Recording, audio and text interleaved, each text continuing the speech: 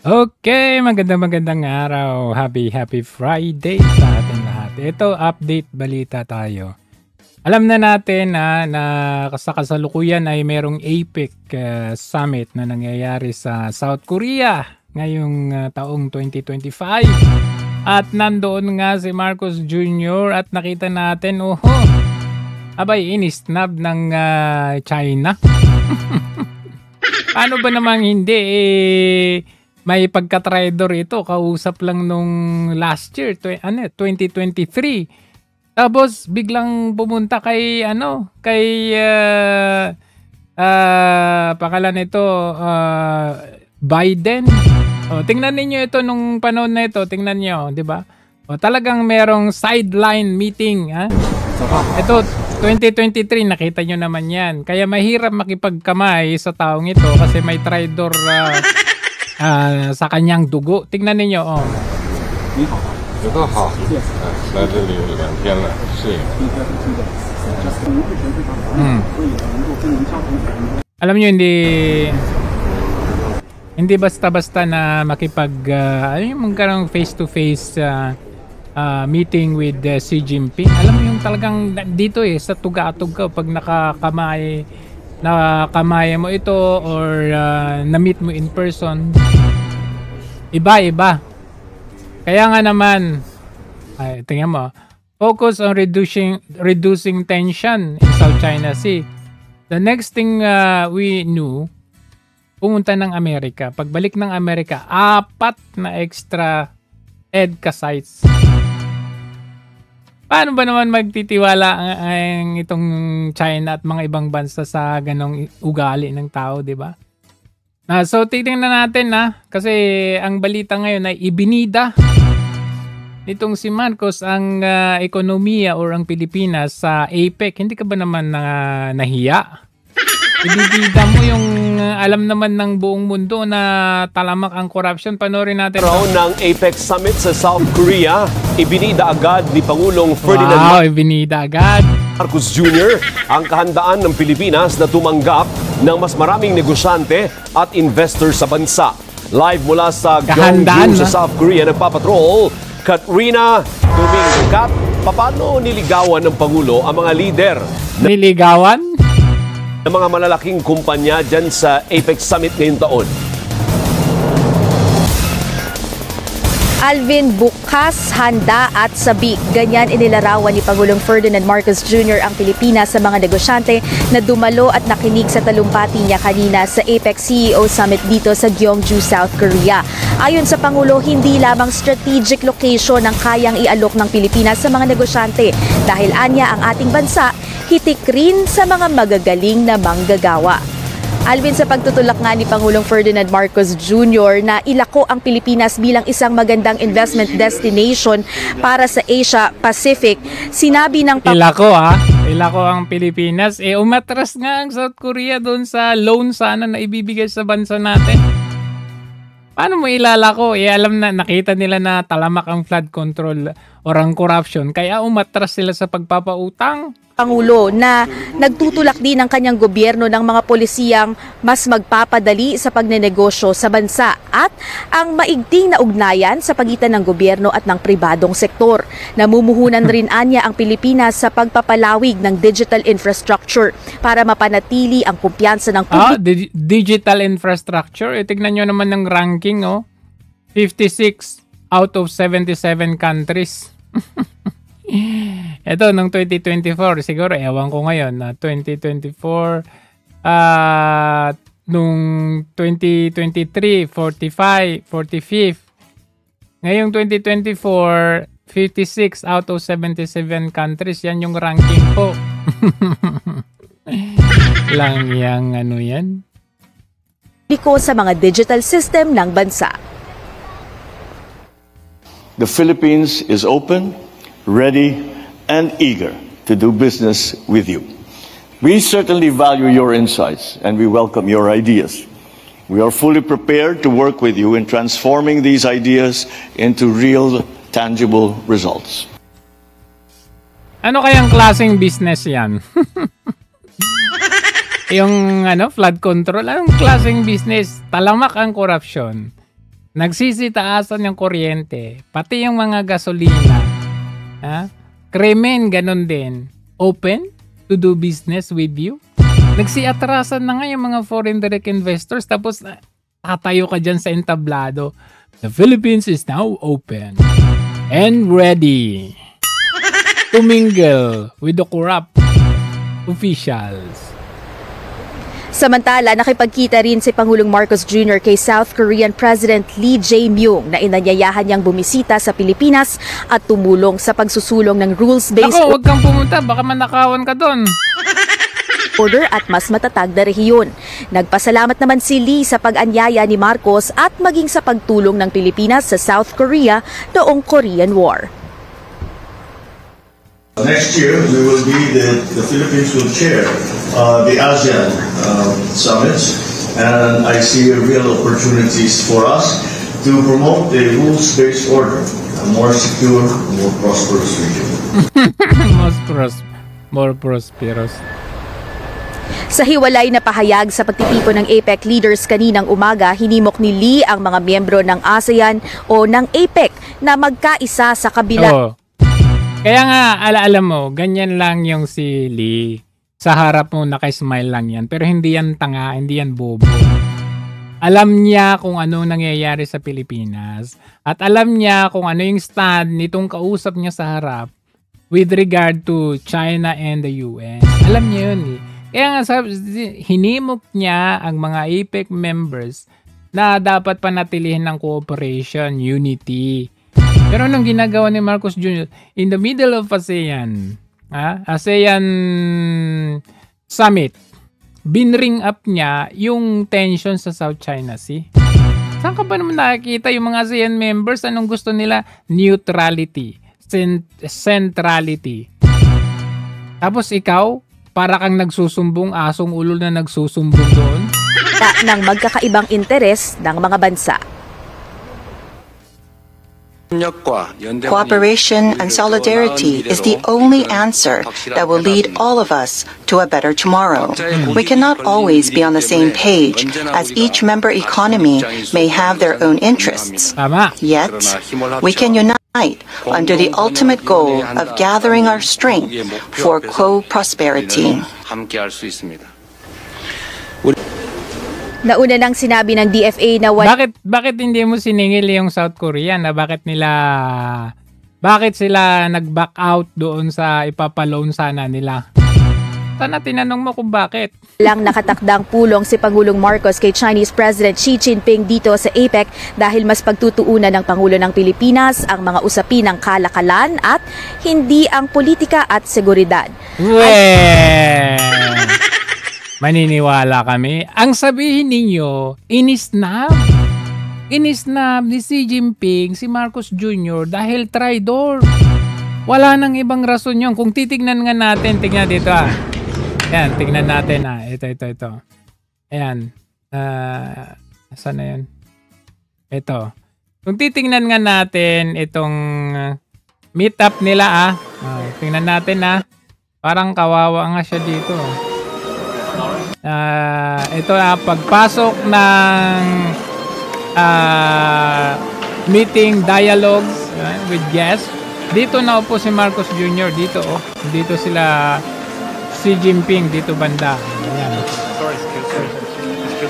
Ayan kawawa nga siya dito, walang pumapansin ayan. Meron bang ganyan si Marcos Jr.? Tingnan nyo na pinapalibutan si Xi Jinping.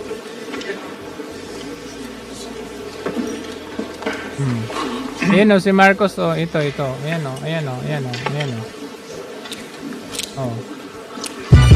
Layo niya sa mga great leaders na nandito Kasi ba naman ito noong 2023 nakipagpulong si Xi Jinping kay Marcos Jr. Tapos the next year, the next thing we know, ayan na, traidor na, pumuntang Amerika. So mahirap talaga pagkitiwalaan itong taong ito.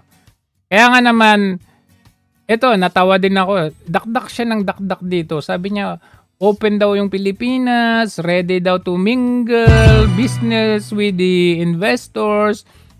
Ano tingin mo sa kanila? Mga wala silang alam? Unang-una nilang tinitignan yung status ng ekonomiya ng bansa. And for you to be there na ibinida mo, tas ini-invite mo pa sila. Hindi sila mga bobo, mga tanga. Ito mga nagko-comment dito, no, makikita ninyo. May mga nagko-comment dito parang ang bobo talaga ng mga ng mga ito. Meron pa, asan na yung nabasa ko? Sabi nila, ayan o, who can match PBBM intelligence? Sabi niya, no one. Si Sarah isang paragraph pa lang binabasa na, mali-mali pa. Ha? Tama ba? Tanga ka ba? Hindi mo ba nakikita ito? Ayan o, binabasa niya o. Akala nyo ang galing-galing niya magsalita? Ayan o, hindi ba teleprompter ang tawag dyan? Magkabilaan po yun, nandito sa isa, nasa kabila yung isa. Babasahin mo yung mga andyan na nga sa harap yung ebidensya o. Ayan, sinasabi nila, wow, this is real. Delivering a speech to the whole world without even looking at his notes. Ha? Yan yung teleprompter. 14 minutes dialogue without kodigo is truly amazing. Ha? Tanga. Gago inyo, mga tanga. Ayan o. Anong tawag dyan? Kaya natatawa talaga ako sa mga supporters ni Marcos Jr. na ito, no? Saan kailan kinukuha yung kanilang kabobohan? Ngayon, habang nakipag-dialogo or nakipag-meeting si Marcos Jr. sa ASEAN, sa APEC, at the same time, nananraidor itong si Marcos Jr. Pinadala niya yung kanyang defense chief at nakipagpulong kay Hegseth. Diba? Gusto mong anyayahan, invite ang China, pero at the same time, ganito ang pinaggagawa mo. Oh, ayan. Si Hegseth at saka si Gibo. Anong pinaplano nyo sa Pilipinas? It's great to see you, Gibo. Fourth meeting this year. Anong Gibo? Bobo. Hindi po Gibo yan, Bobo. Yes, I hope it's understood for what it is, that this is a critically important partnership for us. Our alliance has never been stronger. Diba? Habang nagipag-usap ka sa isang tao, sa likod mo pala ay tinatrador ka na ng taong ito. So ano ibibida mo? Ha? Inisnab ka, inichapwera ka, inilayo ka pa nung Indonesian president doon kay Brunei Prime Minister. Dahil baka daw pag nakawan mo pa siya. Ganun ang imahe mo. Diba?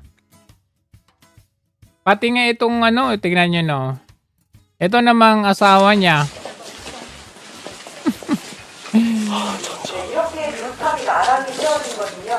Sabi ng comment dito, kamot ng kamot. Sa lahat ng mga first lady dito, siya yung pinakapangit eh. Ganyan sorry pero we're just telling the truth.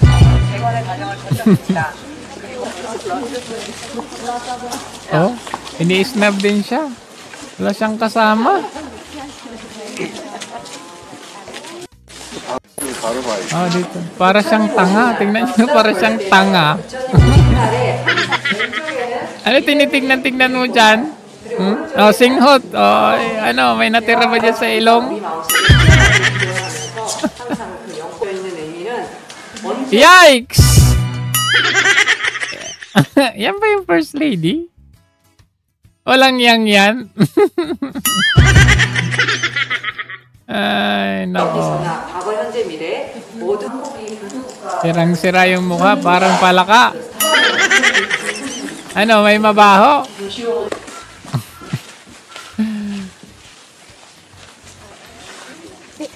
Bo. Siya pa yung pinakapandak. Ay, grabe ka naman, Jojo. Ayan, so on the other hand, meanwhile, ito kasi ini-issue nila, balik na naman tayo kay Gutesa kasi ini-issue na nila yung notary nitong si Gutesa. Pero paano naman ito? Sinabi nung prosecution. Sabi niya, dalawang magkaibang bagay yung notary kung fake man yun o hindi at saka yung kanyang sinumpaang salaysay o yung kanyang under oath na pahayag sa Senate. Pakinggan natin ito. Sa pagkakaunawa ko, ang pinawalang ang punto kasi diyan is sa pagkakaunawa ko, ang pinawalang bisa or ang sinasabi ng husgado, hindi po ito ninotaryuhan ng taong nakapirma doon who appears to be the notary public. The question is, ano ang epekto doon sa salaysay ni Gutesa? Does it mean that just because it is not notarized by that lawyer whose name appears there, these are all lies? No? Ibig sabihin po noon, hindi lang pwedeng gamitin yon sa kahit na anong yung sabihin natin. It cannot be binding as far as third parties are concerned. But as far as Gutesa is concerned, kung yung sinasabi niya, ito yung salaysay ko, hindi naman magbabago yan kung saan notaryuhan o hindi. Di ba? Because the truthfulness or veracity is different from the fact that it is binding as far as he's concerned and insofar as third persons are concerned. Ang punto kasi dyan is, sa pagkakaunawa ko, ang pinawalang bisa or ang sinasabi ng husgado, hindi po ito ninotaryuhan ng taong nakapirma doon who appears to be the notary public. The question is, ano ang epekto doon sa salaysay ni Gutesa? Ano epekto? Does it mean that just because it is not notarized by that lawyer whose name appears there, these are all lies? No? Ibig sabihin po noon, hindi lang pwedeng gamitin yon sa kahit na anong yung sabihin natin. It cannot be binding as far as third parties are concerned. So ano ibig sabihin noon? Kahit na binasa niya yon yung papel na yon na sinasabi na dinidiscredit na hindi na notarized nung notary public na yon, the mere fact na tumayo siya sa Senado at under oath siya, yun na yung nag-stamp noon. Anything that he says, lie or hindi, siya din naman ang makukontempt. Kasi nag-under oath siya sa Senado. So regardless kung notarized man yun o hindi, di ba nakita nyo naman yung mga pumupunta dyan? Affidavit. Doon na nila pinipirmahan. Sworn affidavit. Doon na mismo under oath. Doon na mismo sa Senado. Doon na mismo sa House. Ganun naman yun ginagawa nila.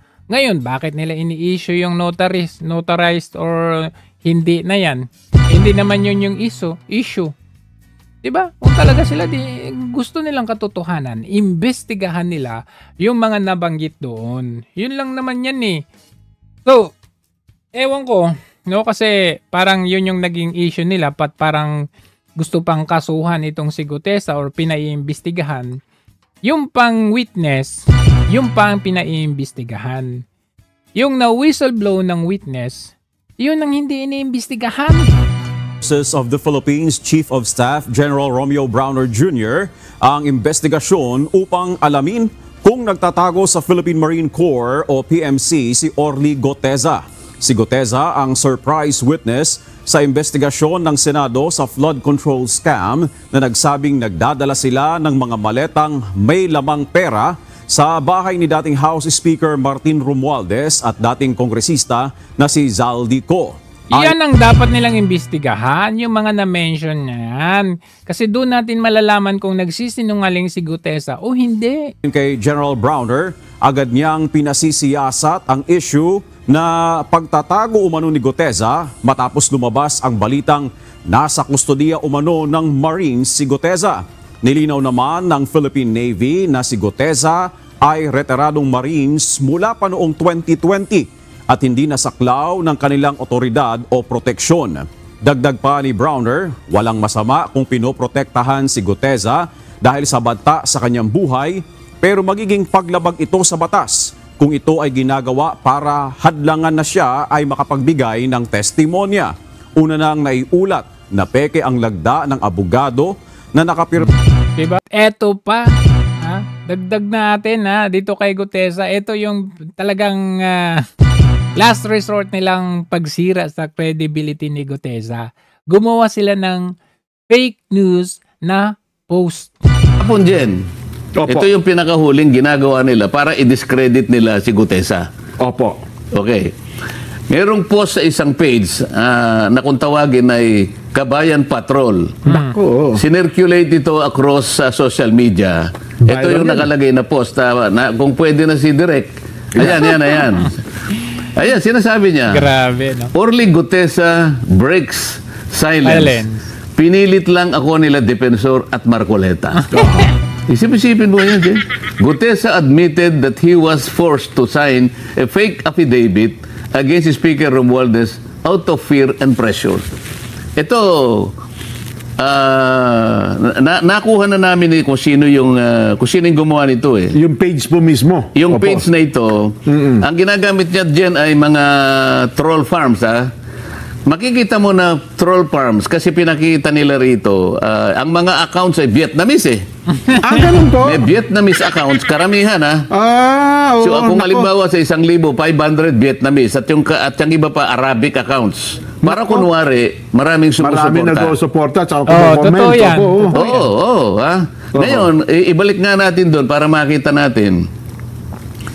Kung makikita mo doon sa bandang ibaba, right side, nakalagay Kabayan Patrol. Kabayan Patrol, yes po. So parang ginamit pa yung logo nung ABS-CBN yan, TV station, isang TV station. Para magmukhang totoo. So nakikita nyo ngayon kung ano ang kanilang pakay. Gumagawa ng isang bagay na hindi totoo. Pinilit namin ni Mike Defensor si Gutesa para gumawa ng isang salaysay. Yan ho lumilitaw dyan. Isang bagay na kabaligtaran. Ngayon, anong pakay ng mga... Hindi lang ito dyan, kasi kung punta tayo sa pangalawang slide dyan. Yan. May requirements ang Meta kasi dyan, yung Facebook, na bago ka makapag-publish ng ads, kailangan meron kang makikitang meron silang mobile number, no? Yes po. Para magbabayad. Pinacheck ko yung mobile number. Ito ay nakarehistro sa isang tao na nagngangalang Luis Orbon. Ayan. Luis Orbon. Okay. So isa sa pangalawang requirements ng Meta, kailangan meron kang email. So makikita mo dyan ang email nila. Ayan, hello at cdgminds.com. Ano kasi yung ginagamit nila ay CDG. Yung advertiser is CDG Media Minds. Yes. Ayun makikita mo, no? So yung phone number nakarehistro kay Luis Orbon. Baka si Lisa yan. Lisa Luis Araneta. Ayan ang email nila. At ang website nila, nandyan din dyan, mababasa mo, cdgmediaminds.com. Ang address nila ay Pasig City, NCR. Yes po. So, kung nakikinig si Luis Orbon dyan, kung totoong tao ba niyan? Nagtatago bilang CDG Media Minds sa anino ni Luis Orbon. Huwag ka na magtago sapagkat alam mo, kilala kita. Kilala mo ba? Kilala kita. Kilala niyo ba? Sino yun? Masyado namang babaw ang pagtatago kasi nila. Halatang-halata. Akala ba nila?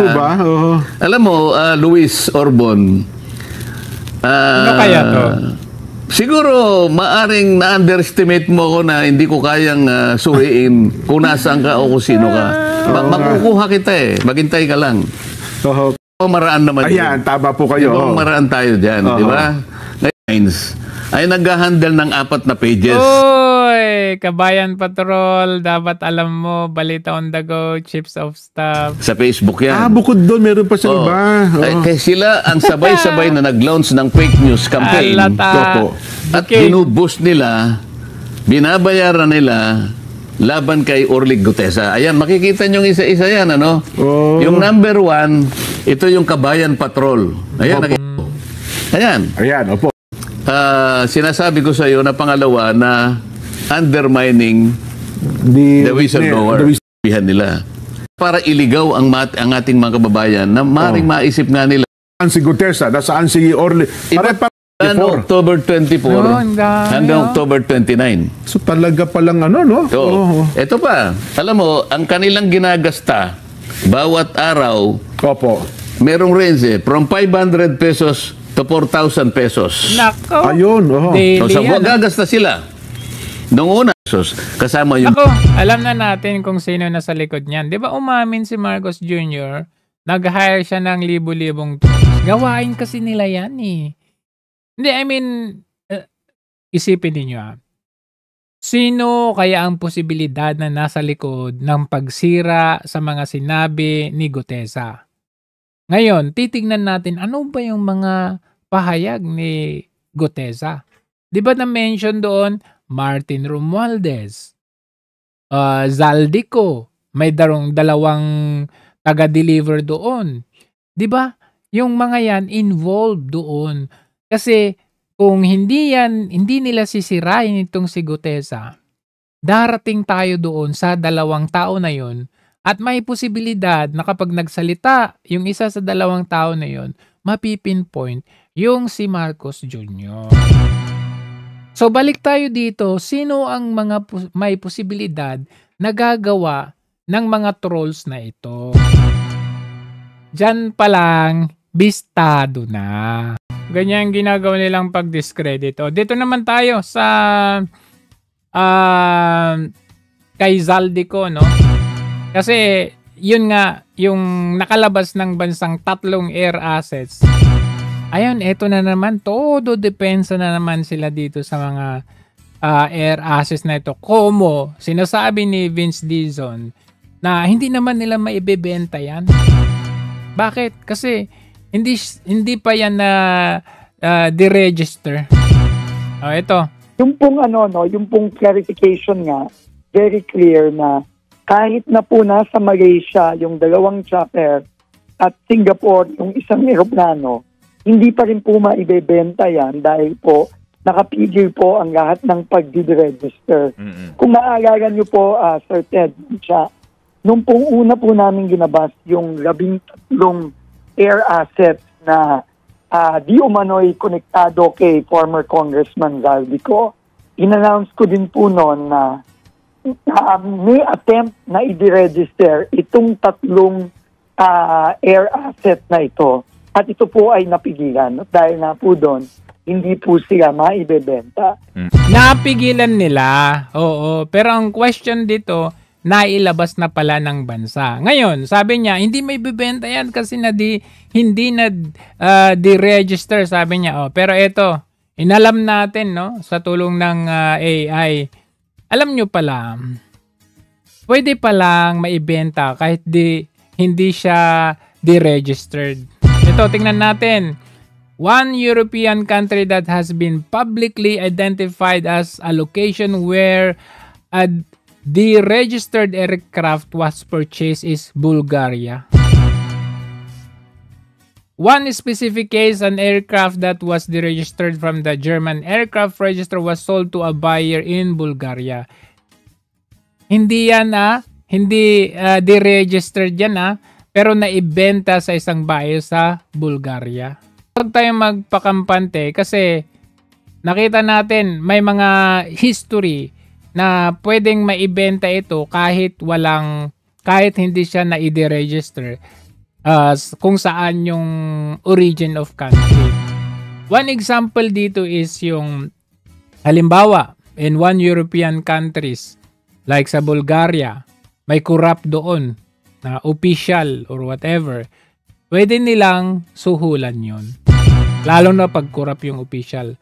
Suhulan nila yon, gagawa sila ng peking mga documents, or pwede rin sa bansang Pilipinas, pwedeng kumuha ng peking documents, tapos magkaroon na ng under the table, pwede nang bibilihin yun ng buyer na ipalabas nila na naka-deregistered na ito. O kaya pwedeng in a form of donation. I-donate nila, kunwari, kumbaga. O kaya i-re-register nila sa isang kumpanya.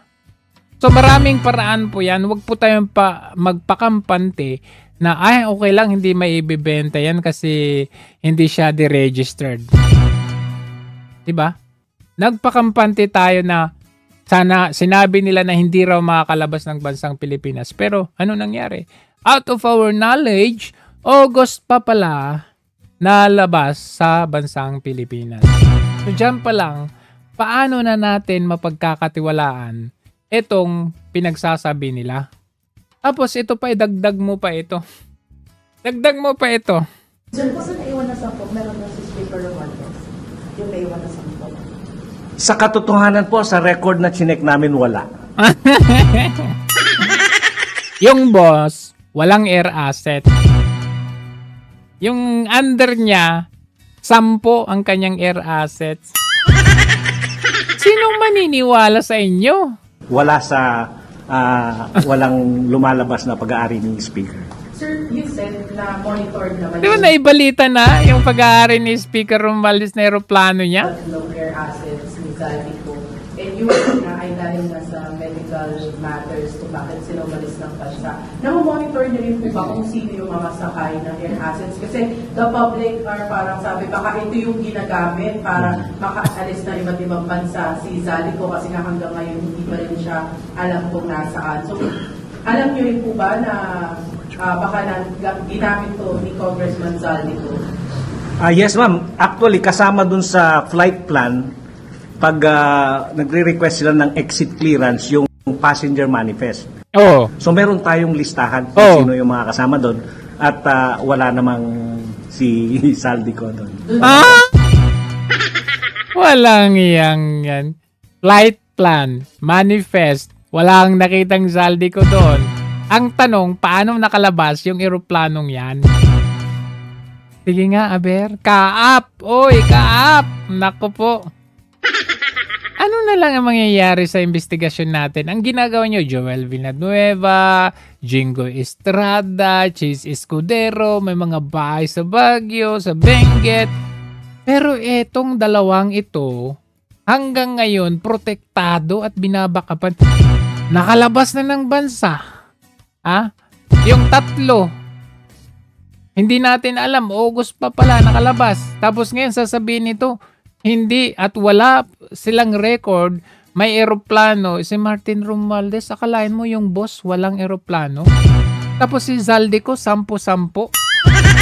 Sana all. Mapasana all ka na lang sa mga kasinungalingan nila. Kaya nga, ano ang mukha ng presidente ng Pilipinas na pumunta sa ASEAN, sa APEC, para sabihin na, uy, pumunta kayo sa bansa namin. Please lang, nagmamakaawa ko. Lantaran ang korupsyon, pero huwag kayong mag-alala, akong bahala sa inyo. Yung bang parang, hello? Ano, nag-ano ka ba? Nag-hallucinate ka ba? Why? Why would you invite them na akala mo nandito ka, pero in fact, nandito ka. Kulelat ang bansa mo, tapos nasasabi nga, we're inviting you to come into our country and invest. We're open and we're investing in digital infrastructure. Internet na nga lang natin ang bagal. Tapos sasabihin mo, digital infrastructure? Walang maniniwala dahil alam na alam nila ang status ng bansang Pilipinas. Kaliwat kanan ng korupsyon, kaliwat kanan yung political issues sa bansa natin. Tapos, irarason nila, sabi nila, hindi nagkaroon ng sideline meeting with Xi Jinping dahil ang issue naman dito ay usaping economic at hindi yung maritime at political. Sino may gusto na mag-meeting kayo at ang usapin ninyo political? Of course not. Ayaw nila yun. Rason lang talaga ninyo yun dahil inisnab itong si Marcos Jr. Ni President Xi Jinping. Yun lang yun. So far, yan na lang muna ang ating update for now.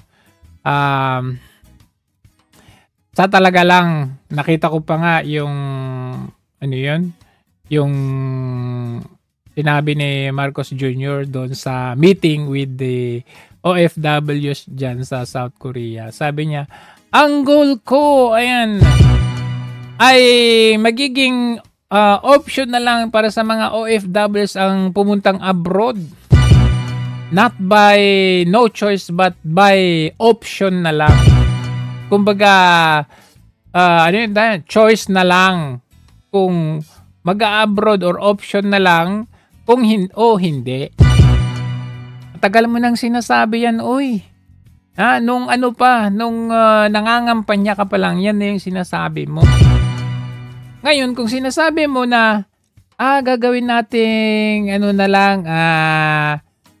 option na lang or second option na lang yung pag-abroad, kung yung bansa mo mismo hindi mo naiangat ang antas ng pamumuhay ng bawat Pilipino.